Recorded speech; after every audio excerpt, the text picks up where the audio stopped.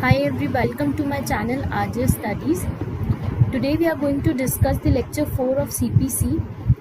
In this lecture we are going to cover section 1 of CPC, that is Code of Civil Procedure 1908. Section 1 basically deals with the short title, commencement and extent. It covers under the part preliminary. ठीक है. Section 1 के अंदर हम ये जानेंगे कि इसकी came into force की डेट क्या है, सीपीसी होल ऑफ इंडिया पे अप्लाई होता है, एक्सक्लूड किसे करता है, इंक्लूड किसे करता है, ये सब चीज़ें हम डिस्कस करेंगे. So I am reading this for you. Section 1 short title, commencement and extent.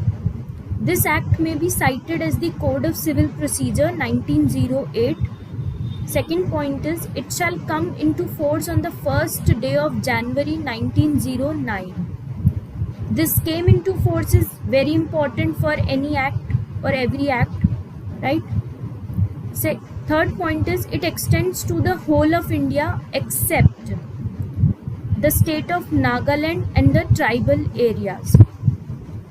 Exception दिया हुआ है यहाँ पे कि ये पूरे होल ऑफ इंडिया पे एप्लीकेबल होता है, लेकिन ये नागालैंड और ट्राइबल एरियाज पे एप्लीकेबल नहीं होता है. पहले एक और प्रोविजन था state of Jammu and Kashmir का, उसे हटा दिया गया है. अब Jammu and Kashmir is considered as a part of India and it is considered as a state. But there is one proviso added in section 1.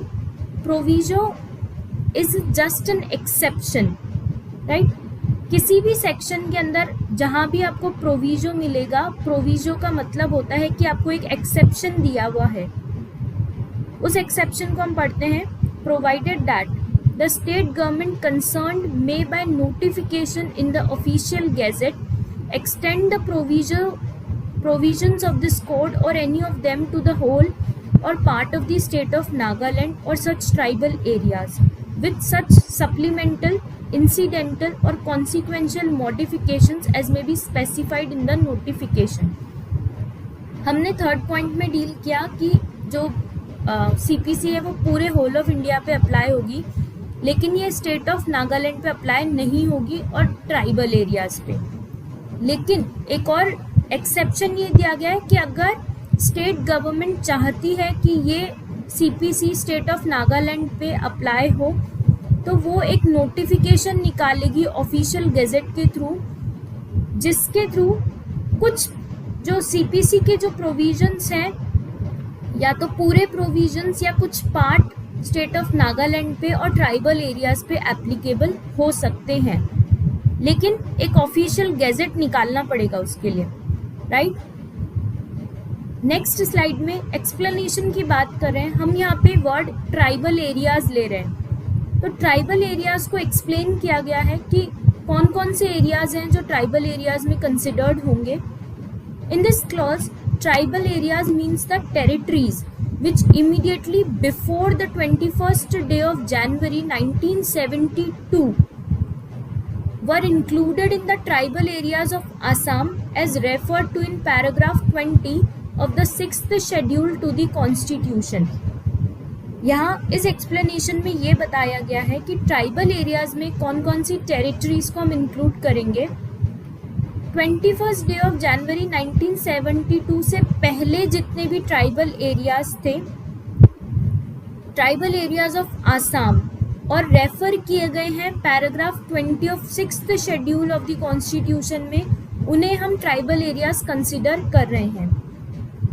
Fourth point is in relation to the Amindivi Islands and the East Godavari, West Godavari and Visakhapatnam agencies in the state of Andhra Pradesh.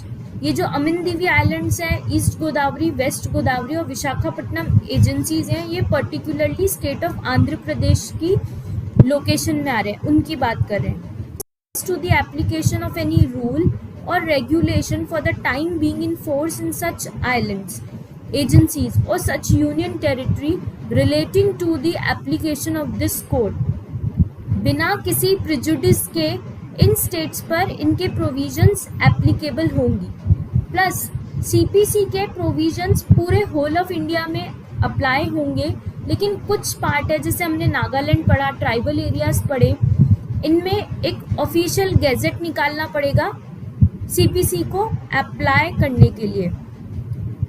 आज के lecture में इतना ही। Section 1 हमने deal कर लिया है CPC का। Next lecture में मैं सेक्शन 2 डील करूंगी आपसे, जिसमें डेफिनेशंस है हमारी सीपीसी की। सो आई होप आपको ये वीडियो पसंद आया होगा। इसे लाइक कर दीजिए, शेयर कर दीजिए और मेरे चैनल को सब्सक्राइब कर लीजिए। एंड मेरे चैनल के अबाउट सेक्शन में ब्लॉग्स का लिंक भी है। अगर आपको कोई भी कंटेंट मुझसे चाहिए, मैं अपने ब्लॉग्स भी लिख रही हूँ, तो आप मुझे कमेंट सेक्शन में बता सकते हैं। Plus if you have any queries, please let me know in the comment section. I am here to solve all your queries. Thank you so much for today.